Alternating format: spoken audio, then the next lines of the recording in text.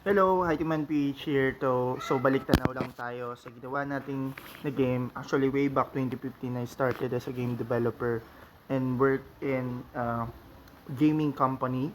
So dito natin nagawa yung one of the games na they requested us to develop is the Bouncy Shark. Actually it's an infinite loop na game for kids na pinagawa nila. And let's try to play the demo. First is this is how you play. Can you rig it na lang baby shark, then big daddy shark can eat on any fish. Mommy shark can jump higher, grandpa shark scare away all enemies, kumbaga lumalayo. And grandma shark naman, all the treasure ay lumalapit sa kanya, no? So then X natin and let's try to play the game na. Yan.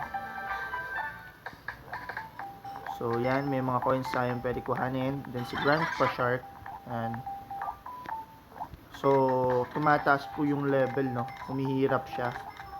Oh, ayan yung mga ano. Actually, yung mga enemies na yan, they are just slideshows of an image. Ayun. So, yun lang. Hindi pa natin nakita. So, just sharing lang. It was my third game na na-develop sa kanila. Na-develop natin to. Like, mag-isa lang tayo sa kada game na din-develop natin sa kanila. At first they asked me to develop pre-1 like game. So yan, in the next video papakita natin, but just sharing yung nagawa nating game last 2015. Actually the UI is more on, we bought it lang from Unity assets.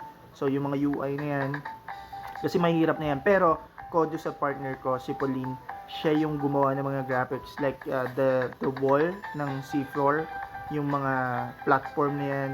So yung character, ginawa niya lang yan out of Photoshop. Yun, just sharing. Hopefully you like the video. Sa mga gusto mag game development dyan, I really miss yung job na to kasi imagine like you are working at the same time playing games. So once again, this is Haitiman PH. iTeam and PH. Like, comment, and follow.